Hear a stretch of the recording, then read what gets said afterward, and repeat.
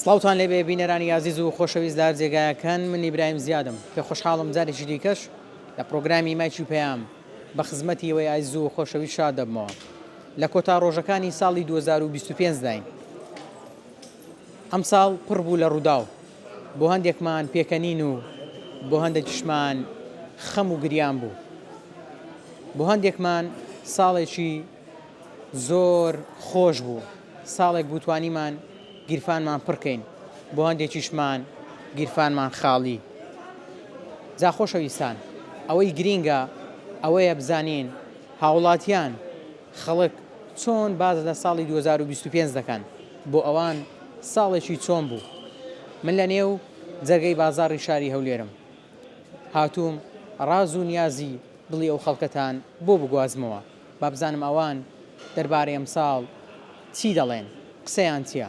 چۆن ئەم ساڵیان بەڕێ کرد. لەگەڵمان نابن، بیسەر و بینەرمان بن.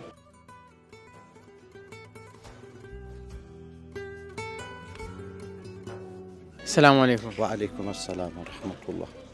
پێدەنینە ساڵێکی نوێ دەچینە ساڵی 2026. با بزانم ساڵی 2025 چۆن بەڕێ کرد، ساڵێکی چۆن بەلاتەوە. والله وەکو دوکاندار ئێمە وەکو دوکاندار وەکو پێویست نەبوو بازارمان لەبەر ئەوەی مشکلەی مەحاشێ بە لەگەڵ حکوومەتی عێراقی ئەو ساڵەکە بەڕێمان کرد ساڵی 2025 ئەگەر ئیمانجی دەش بدرێتن ئەکرێت تقریبان 10 مەحاش درایە، 2 مەحاش نەقسی کردی. ئەوە لۆ دوکانداری لۆ مۆزەفی لۆ هەمووی تاسیری هەیە وەکو بازار. باش ئەی وەکو ژیانی خۆت با بڵێم 2025 چۆن بوو؟ باش بوو، وەسەد بوو؟ لەخوای بەزاد بێ وەسەد بوو، هیچ مشکلەمان نەبووە بڵێم وەکو مشکلە لە ساڵی 2025. زۆر باش. یا ڕەبی ساڵی 2026 خۆشتر بێ لە 2025. با بزانم لە 2025 چ شتێکت کرد جێی دڵخۆشیە، ینی بڵێ لە 2025 وڵای ئەو شتم کردیە لە بیر ناکەم، زۆر دڵم پێخۆش بوو. واللهی خانیم بۆ کوڕەکەم کرد، زۆر دڵم پێخۆش بوو، ماڵی خۆی کرد، زۆر دڵم پێخۆش بوو. وازانم ئەمە خانێکی دیکەم کردیە بلەخۆ. ئەوە خۆشترین زۆر دڵم پێخۆش بوو، مرتاح بوو الحەمدولله. لەخوای بەزیاد. ئەی لە 2025 چەندێک سەردانی خزمان و دۆستانت دەکرد، ساڵ ینی لەو ساڵەدا پەیوەندی کۆمەڵایەتی چۆن؟ ئەمە حەشایرینە وەکو حەشایری، ئەمە زۆر سەردان و ئەوەمان هەیە، سەردانکردن مەگەلک زۆرە لۆ نەخۆشی لۆ تازمانەیە ئەو شتانە زۆر سەردانەکەم. زۆر سەردان. ئەمە بەخۆم زەلامەت کۆمەڵایەتیمە. زۆر باشە کە پەیوەندی کۆمەڵایەتی هەبی ئینسان لە ڕوو دەرونیەوە چەند ئاسوودەش دەبێت. الحەمدولله زۆر مرتاحم، کە دێمە دوکانی زۆر مرتاحم، کە دەچمەوە زۆر مرتاحم الحەمدولله. پلانت هەیە لە 2026 چی بکەیت، چی بەدەستبێنی؟ واللهی پیلان وەکو چی پیلان، ینی چ پلانەکەت هەیە؟ بۆ نمونە ئێستا 2025 خانیت بۆ کوڕەکەت کرد، بە تەمای 2026 چی بکەیت؟ واللهی ژیانێکی خۆشتر. بڵێ ئینشاءالله لە ژیانێکی خۆشتر دەبێت. الحەمدولله الحەمدولله موفق بین ئینشاءالله، گەلێک بەخێر بێت.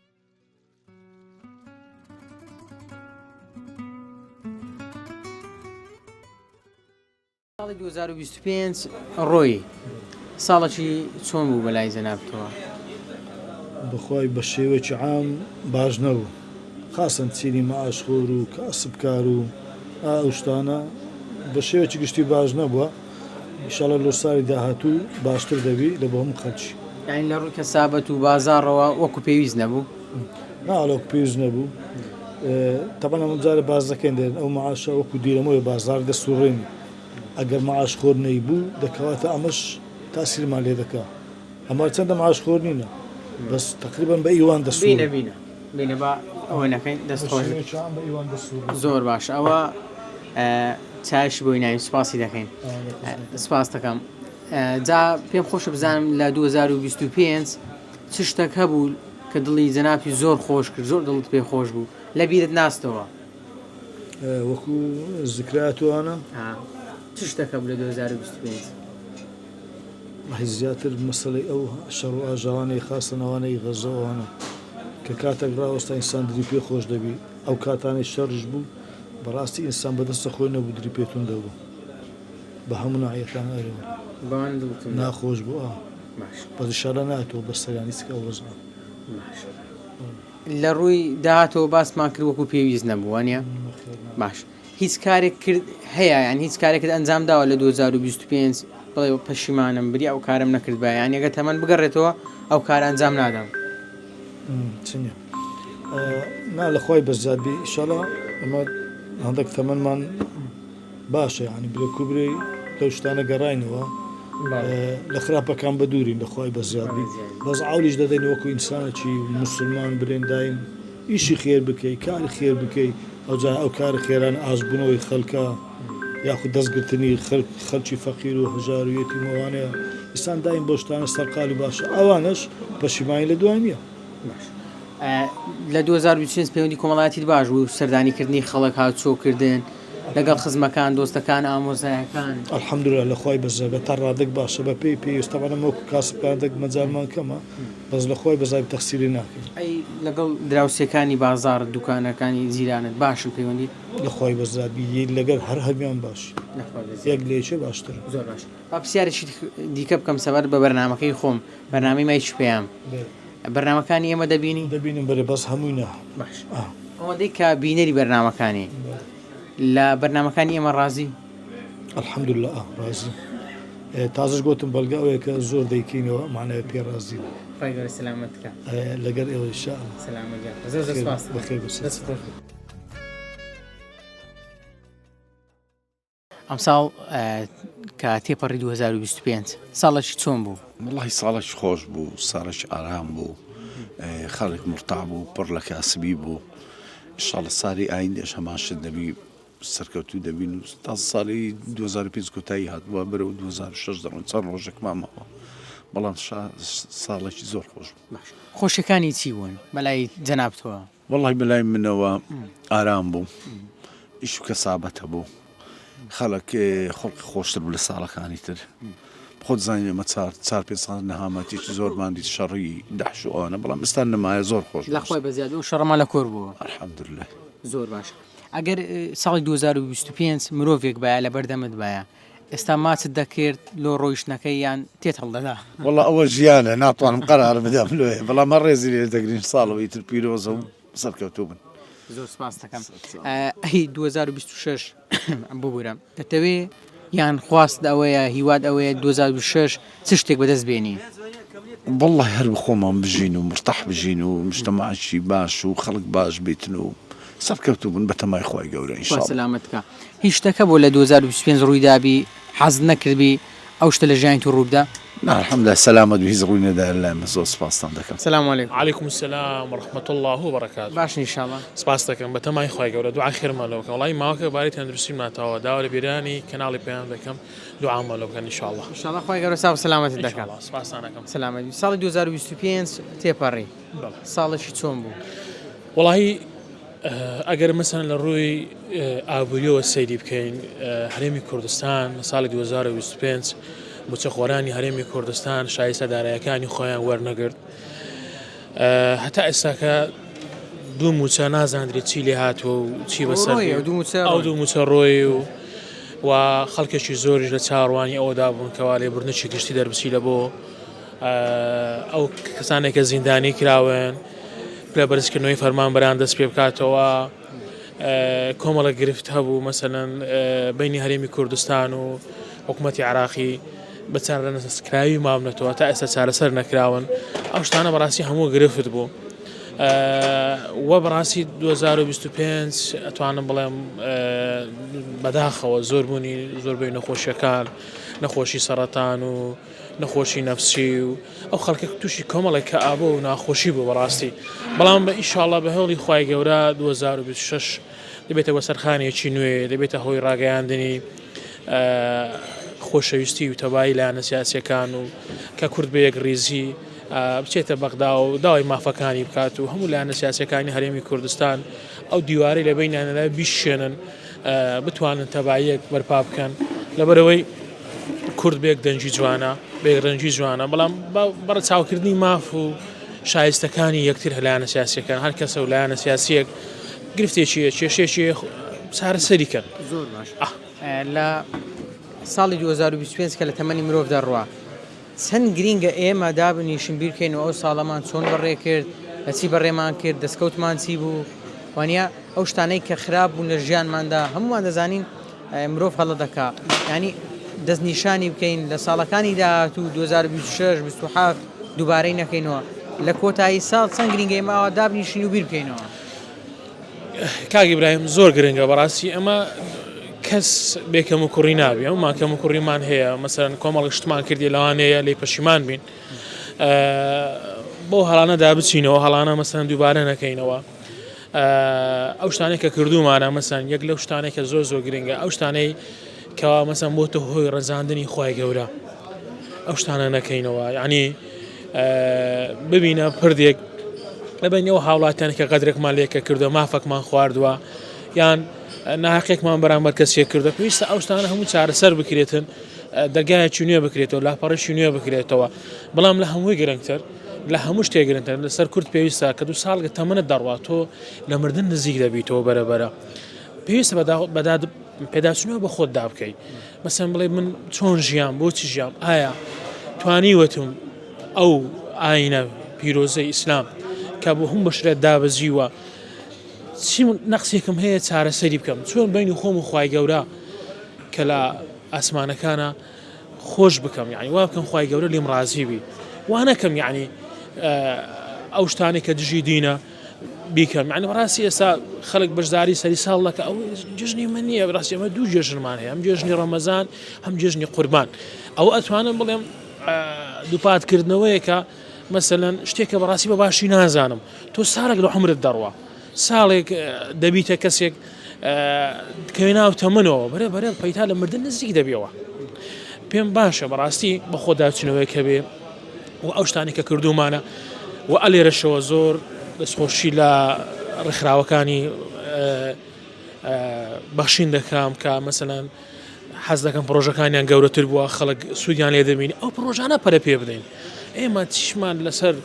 ڕقص و دانس و کۆمەڵک شتی بیانی کە بەڕاستی دژی بەرنامەکەی خوای گەورەیە هیچ پەیوەست نەبوو ئێمە کە مسڵمانێک ئەوی لەسەرمە پێویستە جانی برایەتی و خۆشەویستی و یەکتر قبولکردن و ڕێزگرتن سەرچاوی هەموو شتێکە و دابینکردنی شایستەدارەیەکانی فەرمانبەرەوە بژێوی هاوڵاتیان لە بنچینە سەرچەکانی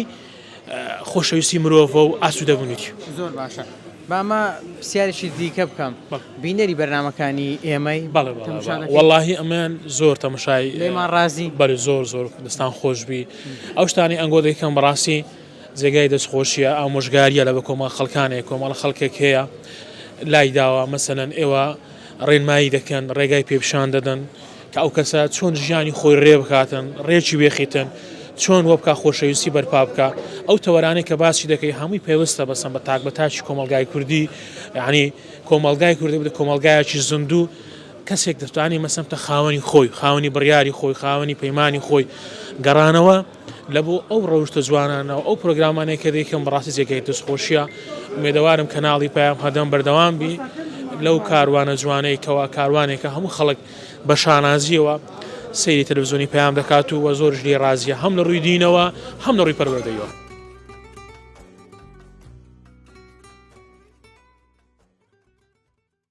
السلام عليكم. السلام ورحمة الله وبركاته. باش إن شاء الله. باش كاكي يا خويا. يا ربي بخير بي. سلامة ديالك. أتخوش ويستي. سلامة. تاوكي من برد. لما رازي بي باشا. أر والله أخوي جوري لما رازي بي. سلامة ديالك. تاوكي من. رازي بي. ساڵی 2025 بەگشتی ساڵێکی کوو بوو لە بۆ جەنابەت. والله خوش نبو. ناوڵە دەزانیت چی ساڵەکە خۆش نییە هەر ژیانەکە خۆش نییە نەک ساڵەکە لاقی بە ساڵ و شتەکەیدا نییە لەبەر چێ ڕقەمە ساڵەکە دێ و دڕە نازانم ژیان گۆڕایە ئەو شتەی جاران لەگە ئێستا زۆر فەرقی هەیە یعنی لە چ ڕووەکەوە هەموو شتە گۆڕایە ئەمین خەڵک گۆڕایە خەڵک خراپ بووە خەڵک لەگەر یەکدری باش نییە خەڵک لەگەر خزمی خۆی لەگە برایە خۆی لەگە خوشت خۆی باش نییە کاسباتێکە زیاتر لە بۆ حرامی دەچی لە بۆ حەلالی نییە خەتەرە زۆر خەتەرە یعنی درۆ هەر احتیادیە درۆشتەچی ئەوەیە ئەمە بەعام نارێم بەس یعنی ئەوی دەبینم بەزی ئەم چکە لە بازاڕێنە زۆر شتی دەبینین سیخە نمایە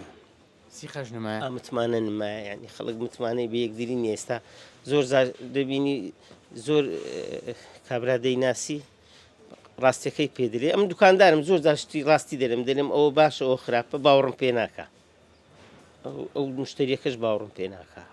زۆر شێ باوەڕ دەکا و زۆر شێ دێ دەرێت تەواو قسەکەت وەڵای شتەکان برد باش بوو باشە من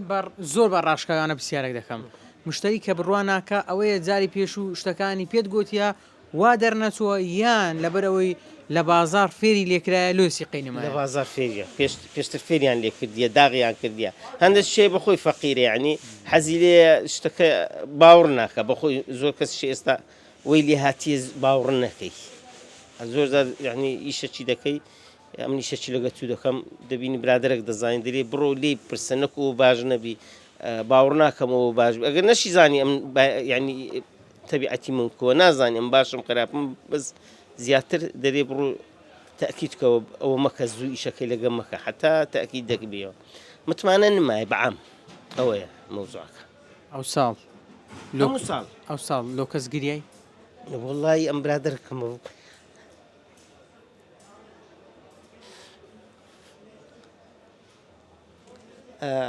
دو ساڵ پێشستا برادەرەکەم نای حەزم عفوم کە برادەرکی نێزیکم بوو ناوی حاجی موفق بۆ ئەمری خودای ئەو ساڵ تقریبا 2 ساڵ و 3 مانگە ڕۆژانە لە بۆی نەگریم هەفتەی جارێک دووجار لە بۆی دەگری لە بۆ هاوڕێی خۆت دەگری زۆر خۆشویست بێکەوە بوون زۆر پێکەوە بووین هات ڕۆژەشانە من جەڵتە لێمیدا بوو قەست ڕۆژە بەکەم کرد ئێوارەکەی هاتە لام دانیشت ئۆرسمەکەشم لەلایە هات لە لام دانیشت ئەو هەڵە تەنیشتم دانیشت گوتم حەزی چاوشتی بخۆ گوتی ناخۆم وەڵا تقریبی نیم سعاتی نەبرد ڕۆی گوتیان تاوە بووم تۆ مزارە منی بەگریان داوای لێبوردن لێ دەکەم یعنی چەند گرینگە ئینسان بۆ وەفابی هاوڕێیەکی خۆی وەکو برا کە لەگەڵی بووە ینی لە دوای وەفاتشی لەبیری نا لەبیری ناکەمەوە بەس منداڵەکانی زۆر باش نەمجاردین سرم لێدەن تقریبی 3 کچوو 4 کوڕێ ئەمجارەوان زۆر دین سرم لێدەن یعنی تەلەفۆنم لە بۆ دەکەن ئێمە یەکمار بووین چکە لە ماری زۆر زار لە ماری منان زۆر نابلێم هەفتەی 4,000 5,000 دەچوونان لە ماریان خوا ئەومە نای لە ماری مەدەخوا لە دوکانەکەی بووم لەگەی معدل پێکەوە بووین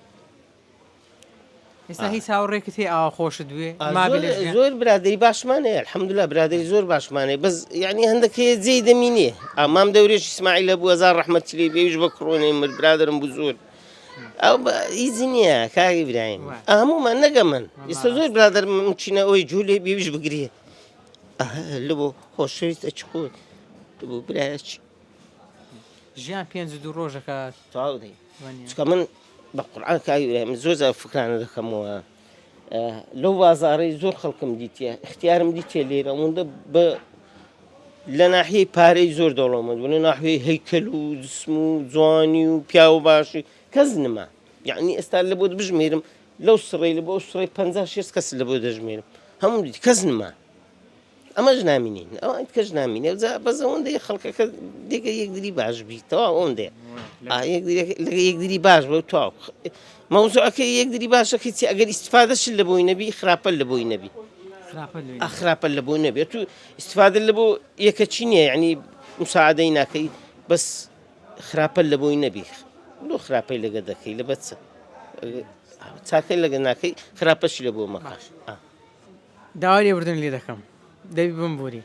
باسی گریان و ناخۆشەکەمان کرد بەڵام چ شتێک خۆش بوو ئەو ساڵ ئەتووی بە پێکەنی نییە خستیا دڵی خۆش کردی ئەوم لە باسکە وڵی پێکەنی خۆشەیە من وڵا من ئەوەندەشم باشە زۆریش پێ دەکەن یعنی برادرمە سوعبەت و شتی دەکەین خۆشە ڕوت برادرمان هەیە سوعبەتی لەگە دەکەین ڕۆژی دومان 4-5 کەسین دەچین لە کافتریایەکی دادەنیشین لێ سوعبەتی دەکەین قسەی خۆش دەکەین ئەوش خۆشە یعنی ئەم ساڵ هیچ شتەکەت بەدەستی نایە زۆر درت پێ خۆش بی هیچ کارەکەت ئەنجامدایە زۆر درت پێ خۆش بوو بی ناوەڵە چ نەبووە بەس ئەوەندەی دوعای دەکەم دەرین بە ساغ و سەلامەت بین نەخۆش نەبین ئەو نیعمەتی خوایە ئەدی کو ئەوە نیعمەتی خوایە هەڕبی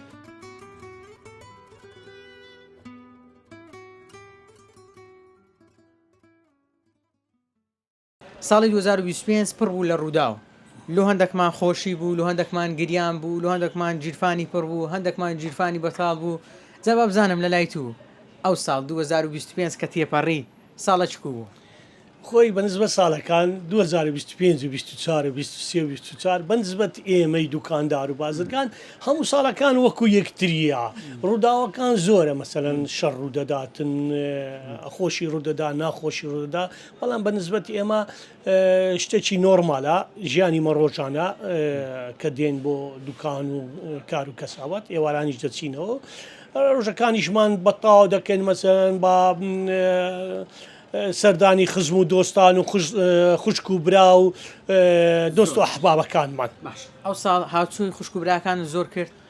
بە تاکید ئێمە بەردامەمان هەیە هەموو جمعە و پێنجشەمێک خوشک و برایەکان یەکتری دەبینین ئەگەر جمعەک یەکتری نەبینین بۆ جمعەکەی دووەمین تاکید بە هەمومان بێکەوە خڕ دەبینەوە یەکتری دەبین زۆر باشە دەباسی ئەوم لە بکە چەند خۆش ئاوا خوشک و برا بێکەوە بێن لەسەر سفرێک دابنیشێن پێکەن بێکەوە قسەی خۆش بکەن و پێ بکەنن مەزیزەکەی گەرمکەن بە تاکید ژیان لە باب و باپیرینمەش هەروە وتراوە محەبەت چۆن دروست دەبیتن بە عیلاقات بە تێکەڵاوبوون دروست دەبیتن بەڵام بەداخەوە بۆ ئەم زمانەی کە ئێستا ئێمە تێدا ئەژین هەموو خەڵکانێک وا فکر دەکەنەوە کە فێڵ یەکتری بکەن لە هەرچ بابەتێک بی لەسەر مەسەلەی مادە کە دەبینی من تا حدێک ئیمکانیتم هەیە ئەو نیەتی یان کەسانێک دەیەوێ بێشتێک لێوەرگریتن و دوای ئەوەش نەداتەوە ئەو بابەتانە زۆرە بەڵام بە شێوەیەکی گشتی ئێمە لە ناو خانەوادەکەی خۆمان وانینە بە زۆربەی کاتەکانمان خوشک و برایەکانمان بە یەکتری دیتنمان زیاتر بەحەبەتمان پەیدا دەبیتن و بەیەکەوە دەژین باش ئەو ساڵ کڕینی زێر ینی چۆن بوو لە ساڵ 2025 باش بوو کەم بوو بەخوای 2025 بە من لە هەموو ساڵەکان زیاتر فرۆشتنی زێرمان هەبوو بەڕاستی کە ئەبینی زێر بەرەوگرانی دەڕوا خەڵکەکە زیاتر زوو ڕوو لە کڕین دەکاتن چۆن لە ڕوو لە کڕین دەکاتن لەبەر ئەوەی خەڵک ترسی ئەوەی هەیە زیاتر گران بیتن ئەمن کە لەو کاتانەوە لە بیرما مسقالی زێری لە 220,000 دینار بوو لە 220,000 دینار بوو لە 2019 و 19 و 20ەوە تاکو ئێستاکە خەڵک کەم زێری دەکری ئەسڵان فکری لە زێرکردنەوە دەکرد ئەمە زۆر کەس دەهات کە دەیگوت زێر ئێمە پێمان دەگوتن وەرن زێری بکردن دەیانگوت نابەسا بەڵام بە شێوەیەکی گشتی من هەموو کەسێک ئاگدار دەکەمەوە هەر کاتێک ئەگەر پارێ زیادت هەبوو زێر بکڕە ئێمەش لە 2025 زۆرترین فرۆشتنی زێرمان هەبووە نەک لە مەسەلەی هاوسەرگیری بەڵکو بۆ بازرگانی خەڵکانێک هەبووە زۆر زێری کڕیوە بۆ ئەوەی قازانز بکاتن ئەو ساڵ چ شتێک دەریتوی زۆر خۆش یعنی دەریتوی خۆش کرد لە بیر ناستەوە ینی چ ڕووداوەکە بۆ ڕوویدابی برێ خۆشتین ڕووداوی 2025 بوو وڵی من بەنسبەت شخصی خۆم هەر کاتێک دڵم خۆشە لەبەر ئەوەی من ئینسانێکم بە نەزەری خۆم غەدر لە کەس ناکەم ماڵی کەس ناخۆم هەر کاتێشتیش کە بمەوێتن کەسێک پێویستی بە من بیتن وەکو فاعل خێر شەرت نییە بە مەسەلەی مادە بیتن معنەوی کە کەسێک کێشەی کۆمەڵایەتی هەبیتن یان کێشەی لە ناو خۆیان هەبیتن یان هەر سڵحەک هەبیتن ئەگەر شخصەکە تەکلیف لە بکە من ئامادەمە بچم بۆی جێبەجێ بکەم لەبەر ئەوەشە من زیاتر هەموو کاتێک دڵم خۆشە لەبەر ئەوەی من ئینسانێکم حەزم لە شتی خێرە زۆر باش هیچ کەس هەبوو ئەو ساڵەکە لێرە بە تایبەتی بۆ هاوسەرانەوەی تازە دەستنە ناو پرۆسی هاوسەرگیری پارەکەی کەمەک نەخس بوو بی ئەتوو هاوکاریت کردبی ینی بڵێ ئەوە دڵم پێخۆش بوو توانیم هاوکاریان بکەم ئەوەی کە حەز دەکا بەدەستی بێنیتن بە تاکید نەک ئەو ساڵە ساڵی 2024ش من زۆر دۆست و برادرم هەیە بە حکمی ئەوەی علااقاتە ئیجتیماعی زۆر بەهێزم هەیە کە لەگەر خەڵکانی دەورا پشتی هەولێر و کەسانی زۆر دەناسم خەڵک تەکلیفم لێ دەکاتن دێتن مەسەرەن مەبلەغەک زێری دەوێتن پرۆسی هاوسەرگیری ساز دەکاتن نوقسانی هەیە من یارمەتی دەدەم دەڵێم بڕۆ ماوەی مانگەک 2 مانگ 3 مانگ بەڵکو زیاتریش بەڵام لە مۆعیدی خۆت پارەکە بێنەوە بەس بەداخەوە هەندێک کەسانی نەفس دزم ئێستاش لایەزال زێریان بردووە پارەکانیان نەگەڕانتەوە مسقالی زێری لە 350 ئەو بابەتانە بووە خەڵکانێکیش هەبووە بەڕاستی لە مۆعیدی خۆی لە کاتی خۆی زۆر بە ڕێک و پێچی کە من یارمەتیم داوە پرۆسی هاوسەرگیری کردووە و زۆریش دوعای بۆ کردومە گوتی خوا خێر بنووسی ئیشەکەمە جێبەجێ کردووە و پرۆسەکەشیان جێبەجێ کردووە و من یارمەتیم داوە کە بە جۆرەی درم زۆر پێخۆش بۆ شتوە.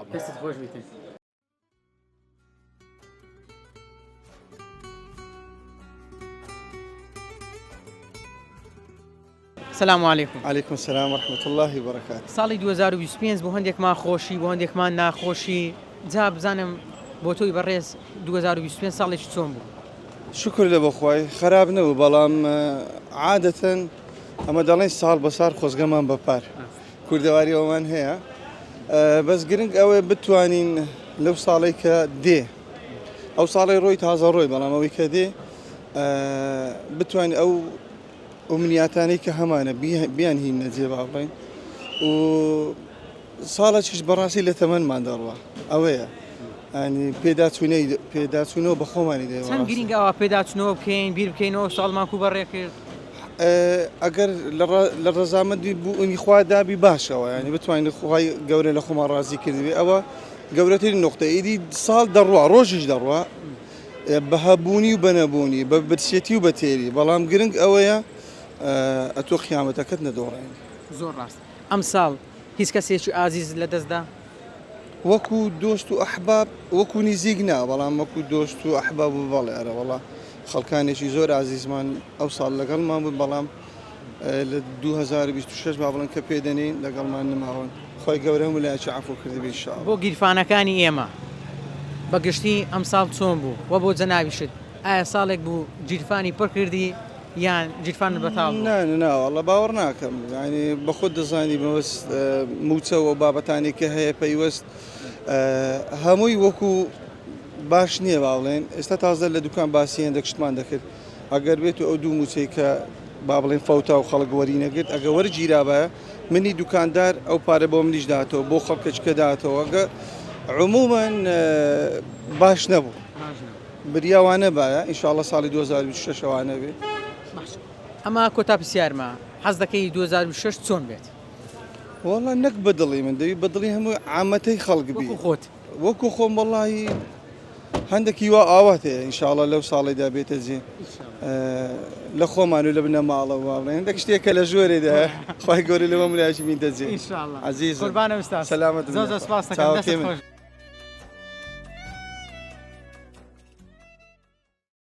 خۆشەویستان هەروەکو بینیتان ساڵی 2025 بۆ هەریەکەمان چیرۆکێکی جیاوازی هەبووە هەندێک دڵخۆش بوونە و هەندێکیان قەت لە بیری ناکەن چونکە ئازیزترین کەسیان لەدەست داوە یاخود تووشی ناخۆشترین ڕووداوی ژیانیان بوون هەندێکیان ئەم ساڵ پرۆسی هاوسەرگیریان پێکهێنا بە تایبەتی گەنجەکان دڵیان زۆر خۆش بوو هەندێکیان ئەم ساڵ خانوویان دروست کردبوو دڵیان خۆش بوو بە ئاواتیش خۆیان گەیشت بوون ئەوانەی لێکدا بڕابوون ناخۆشترین ساڵیان بوو ئەوانەی لە ڕووی مادیەوە نەیانتوانی بوو دەستکەوتێکی باش بە دەستبێنن پارێکی باش کۆ بکەنەوە بۆ ئەم ساڵێکی ناخۆش بوو بۆ فەرمانبەرانی هەرێمی کوردستان ساڵێکی ناخۆش بوو چونکە ئەم ساڵ دوو موچەیان وەرنەگرت پلە بەرزکردنەوە بۆ هیچ فەرمانبەرێک نەبوو ئەمە ناخۆش بوو بەڵام ژیان بەردەوامە بە ئومێدەوە بە هیواوە پێدەنینە ساڵی 2026 هیوا دەخوازم ساڵی نوێ بۆ هەموو لایەکمان پڕ بێت لە خۆشی و ئارامی و ئاسوودەیی تا پرۆگرامێکی دیکە ڕێز و سڵاوی ئیبراهیم زیاد قبولکەن خواتان لەگەڵ.